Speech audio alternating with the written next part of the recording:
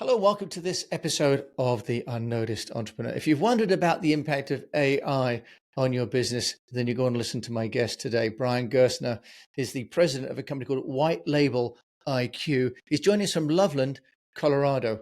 Brian, welcome to the show. Jim, it's a pleasure. Thank you. Well, thanks, Brian Gerstner. You are the founder and president of a company called White Label IQ. You've got some views about the impact of AI and what that means about skill sets and mediocrity. Anyone listening is worried about whether they should niche or not niche.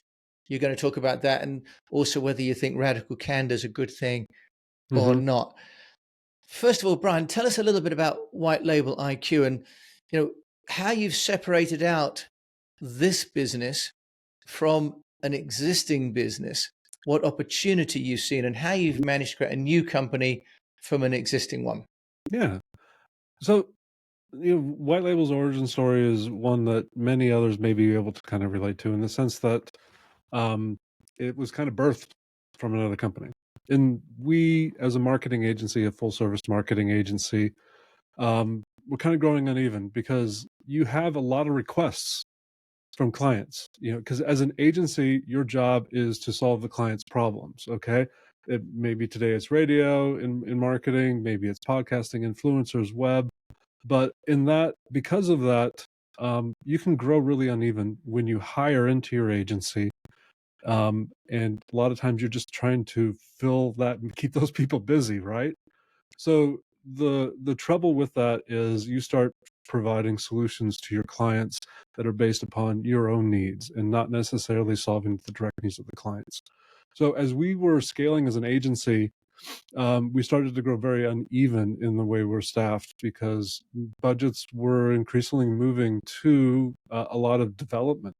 So in that, we started basically needing more specialized skill sets. And we started doing hiring in-house, freelancers, working with other agencies, and then going offshore. As we started to do this, White Label IQ branched out of that agency so that we were able to give Heavner Marketing at that time more focus, allow them to really be great at what they do instead of just trying to keep everybody busy across multiple disciplines.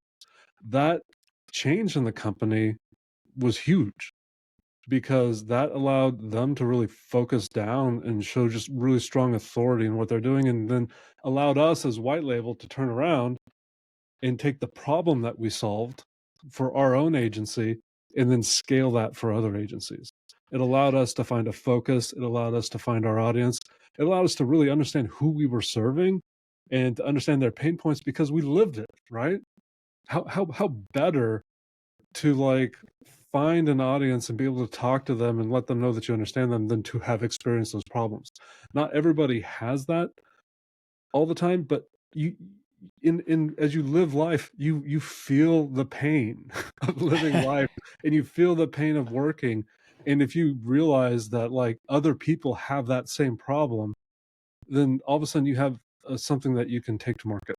Yeah, Brian, I think when I ran an agency, I developed a tech product as well. And I think a lot of agencies have a demand from a client that they then build in-house a solution to, and they take some of the profits from the agency service fees and they build a team that in effect becomes a cost center for the company and starts to become a little bit of a lag. And then the company founders end up trying to find work for the development team rather than for the strategy team, right? It's a fairly common path. So, Yeah.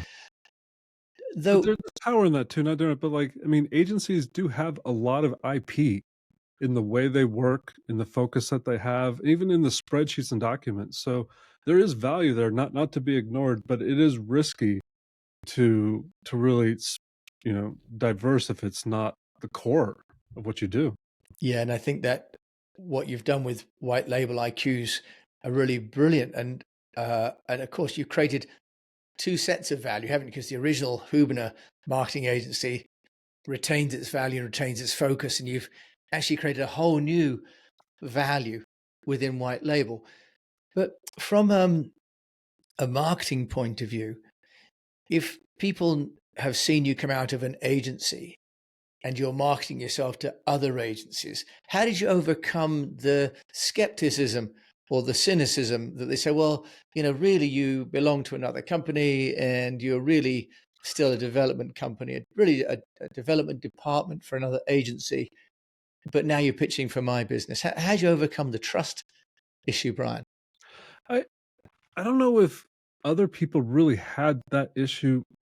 And a lot of times I know that we did because we looked at that, but at the end of the day, agencies didn't really seem to be too concerned. We were more concerned about it than they were.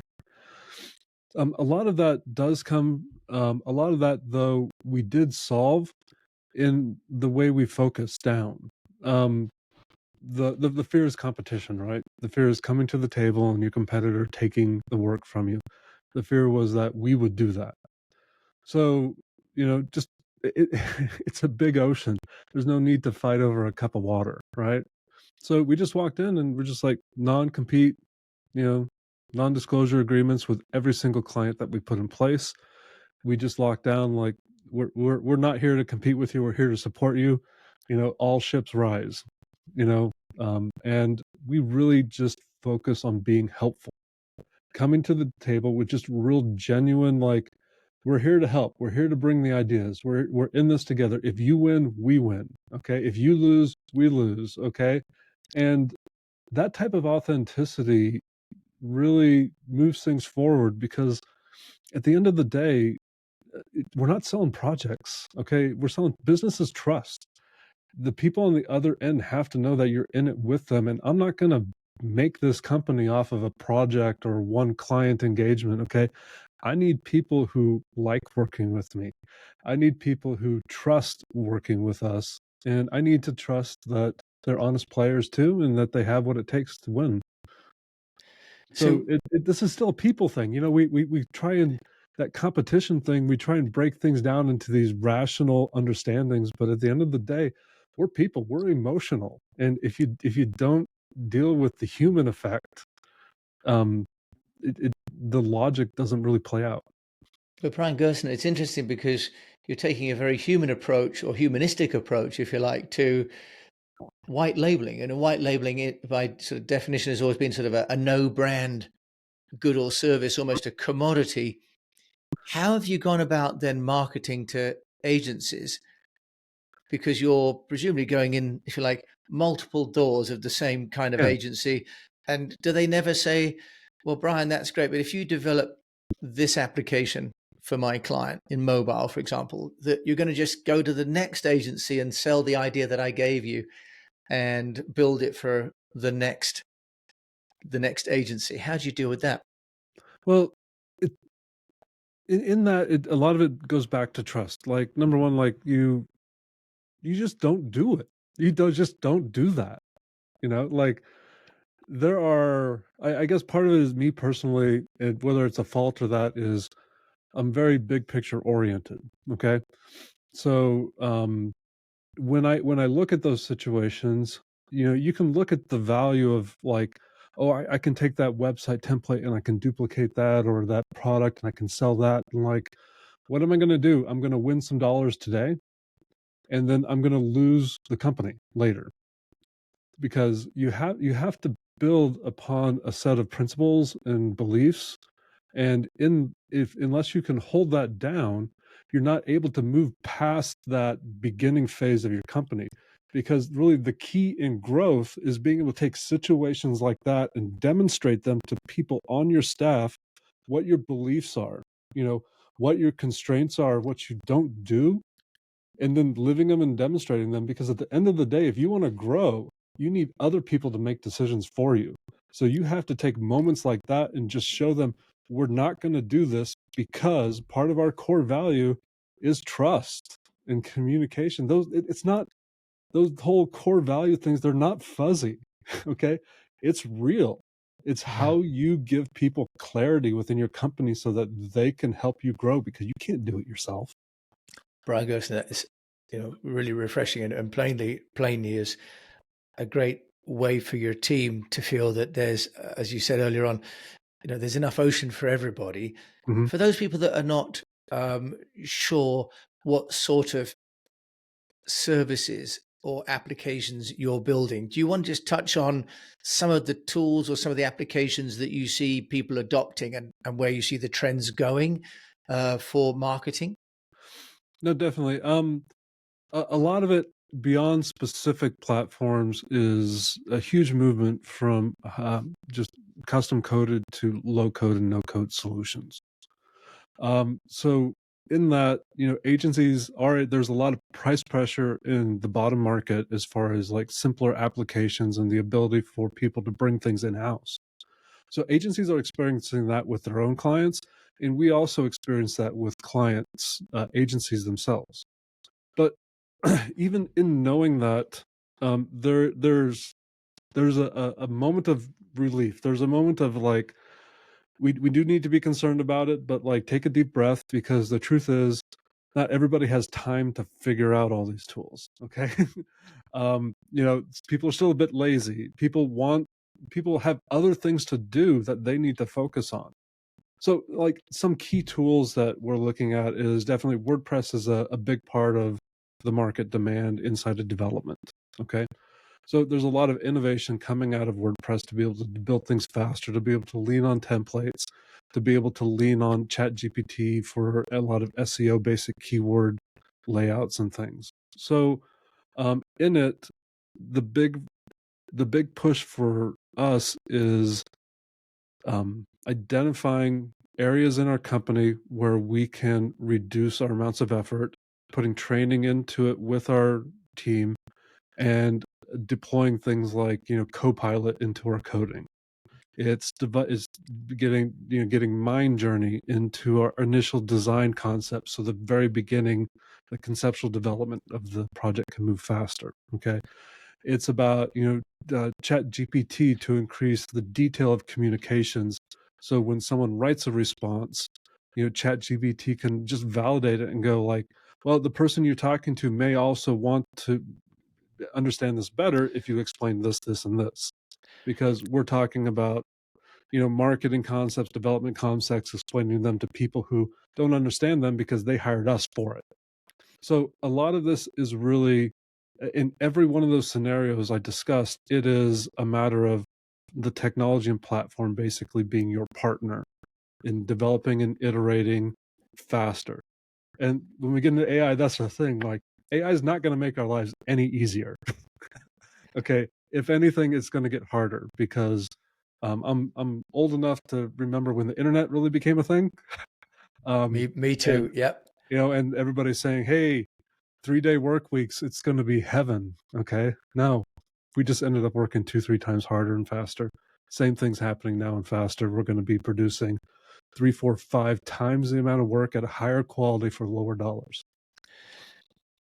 What does this mean for the entrepreneur, Brian? So you, at the back end, you've talked about WordPress, and I know Mhm, you're using, like you say, Copilot, and there's Python and all these other mhm. applications.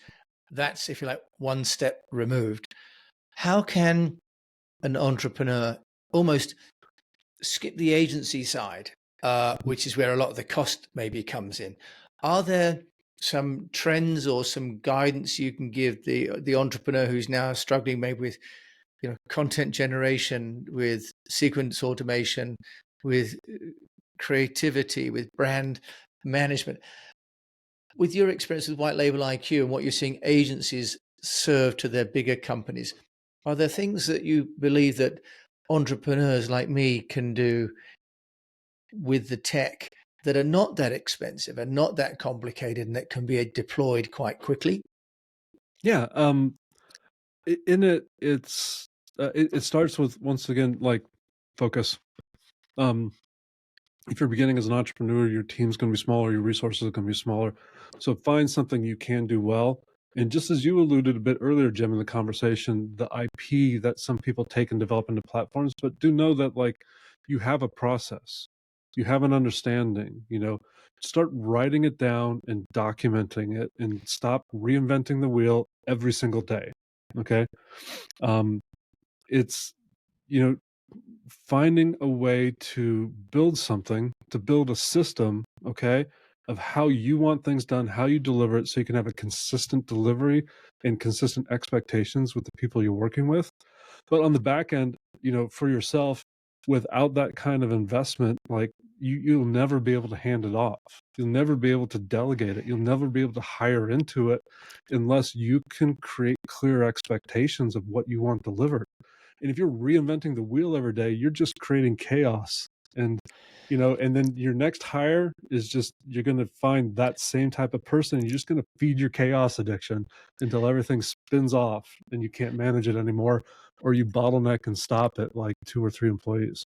And Brian, hearing you talk there, it becomes so clear why your, if you like, very clear niche strategy of serving agencies with a certain service enables you to build those processes, Mhm. because every time you have a new client or a new offering, you have to build a new system, right? You have to find Mhm. a new way of working. So you can't have a workflow because you've always got to put rocks in the stream to cross Right? it, haven't you?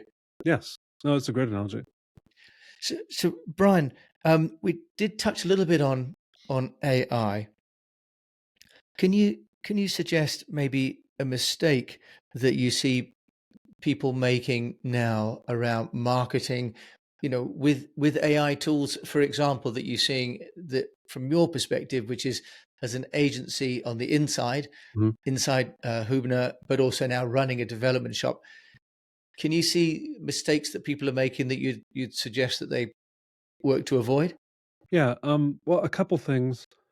Um, One of them is just a general marketing thing, and I see this across the board with agencies, with clients, with businesses, like, um, you have to have an audience, okay? So chicken and the egg scenario, right? How do you develop content when you don't have an audience? If you don't have an audience, who's gonna read it type thing, okay? So, particularly at the beginning of a company where you're in 0 to 5, just, understand that, like, your business is going to come from people that you know. They're going to come from relationships. They're going to come from referrals. That's where everything is going to come from. Okay.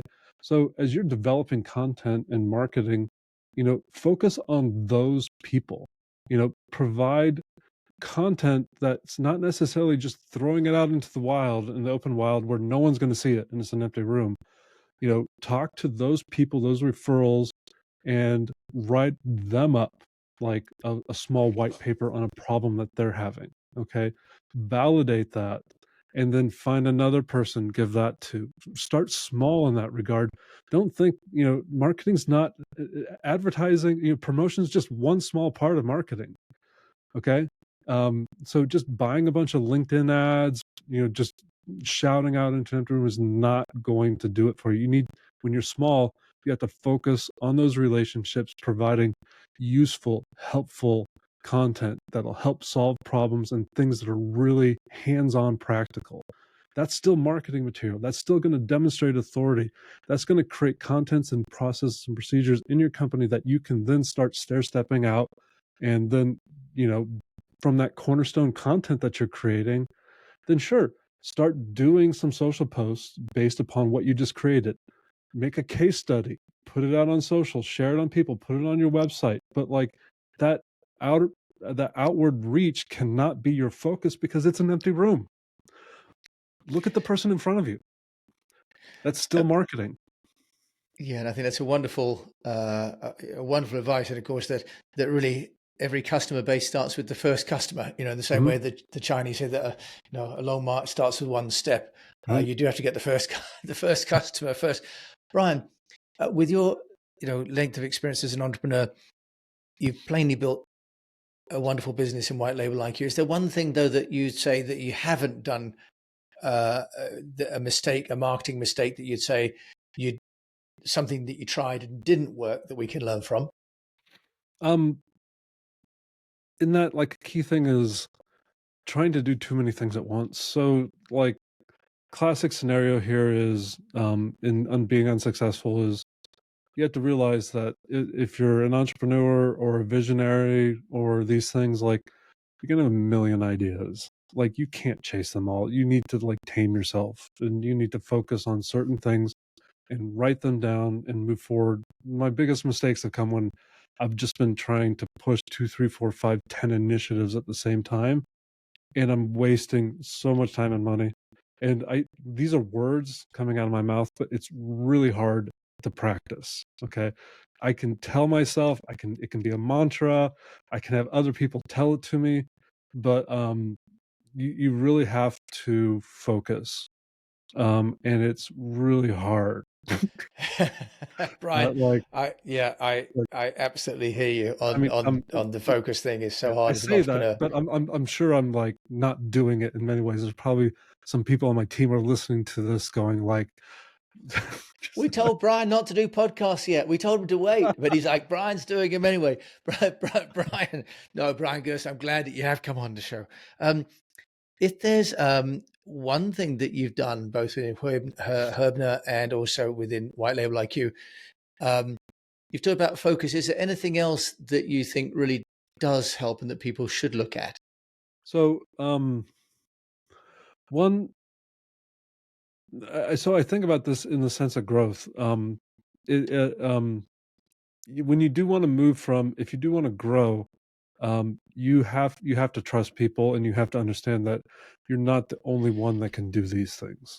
Okay, so there's I come from a background in creative, as a designer, and it's really painful to let go. Um, but if you don't start letting go, then you'll never grow. And coming to the realization that even though someone might not do it exactly as you're doing it, 80%'s okay, 70%'s okay, and you can grow together in these things. So it is. I'm not sure if I'm exactly answering your question, but like you are your own worst enemy often. The entrepreneur is the bottleneck. At the leader of the company, like, you have to take your hands off it at times. Okay. And you have to trust that you're going to fail a number of times. But if you're an entrepreneur, that's probably okay, because you probably do have some degree of chaos addiction already, and you're okay with the turmoil to some degree. But you have to fight that urge just to step in and save the day. And Brian, and you've grown a White Label from 17 to 80 people Mhm. in 3 years. So you know what you're talking about, and you're being very modest about your exploits and your abilities there, but you've built it up so well. Brian, I like to ask people now about a podcast or a book that you're referring to or have found inspirational in some way. What would you share with us? Yeah. Whenever we bring someone up into kind of our leadership circle, Radical Candor is a book I make sure everybody reads, because I'm in professional services, right? So got some mice, got some keyboards, we got some desks laying around, but like it's the people. The people are what's important, and people don't grow unless they can, get good constructive feedback. And feedback is hard for people. It's hard giving it, it's hard receiving it. Okay. Radical Candor, is basically how to be a great boss without being an asshole, because you have to really be able to you have to say things that are very uncomfortable. Okay. And you can't pull punches. You have to be talking in the moment. Radical Candor is just a great way of knowing that you have to invest in the relationship so that you can have those moments, and that they're not going to be interpreted wrong, and that you understand the people that you're talking to. It's just a great way, because as you get into leadership, people are what you have. The relationships are what you have, and you can't grow without being, having constructive critical criticism. And that's Radical Can by Kim Scott, isn't it? I think. Mhm. Yeah, that's it.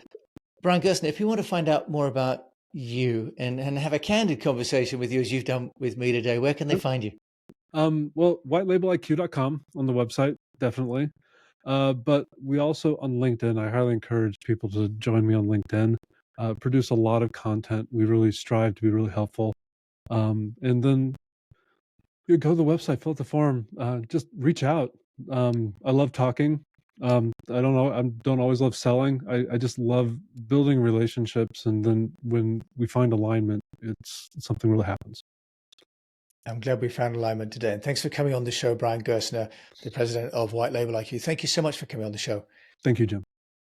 Well, you've been listening to Brian Gerstner, and as always, I will put my guest details in the show notes. And thank you for listening. I think a couple of big lessons there. One is that it's possible to take a business that's residing inside of a company and make it into a separate and discrete business, and to have that grow to even an equal size of the original business. So really you do get two companies coming from the same source. That's a wonderful way to capital gain.